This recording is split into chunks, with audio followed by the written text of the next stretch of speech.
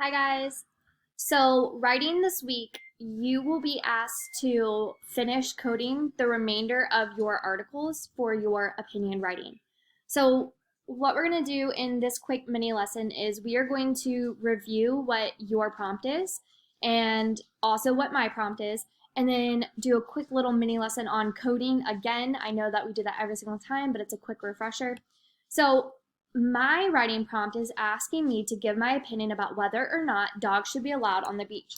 So again, just like last week, I'm going to set up a T-chart, and at the top I'm going to write dogs allowed on beaches, and I'm going to put a little question mark. I'll show you this in a moment.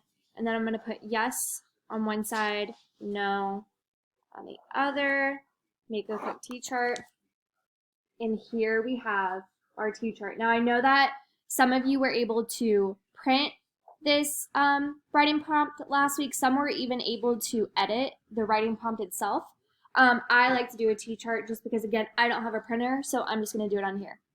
So you are going to text code article number 2 and article number 3. So anytime I find a fact from article number 2, I'm going to put a 2 because this is from source number 2. I'm going to model for you finding just a few facts to support both sides from source number 2, and then I'm going to give you time to do this on your own. So source number 2 is called the number 2 problem.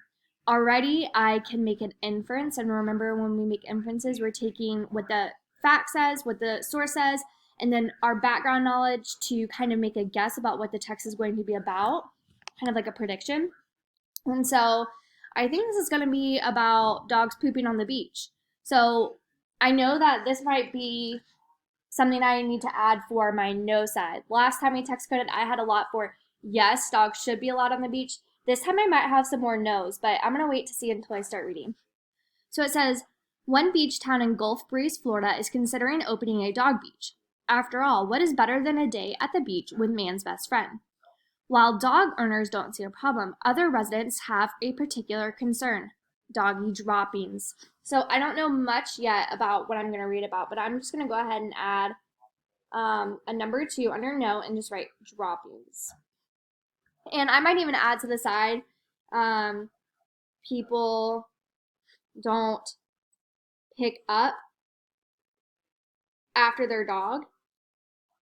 And I'm going to add an OT next to that because that's original thought. So in my neighborhood, a lot of people don't pick up after their dogs. I'm just going to add really quickly neighborhood. That adds to my original thought.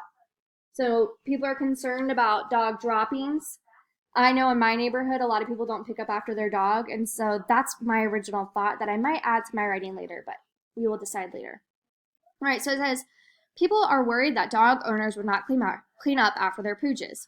As one opponent of dogs on the beach points out, most people who go to the beach take off their shoes, and nobody likes stuff between their toes. That's disgusting.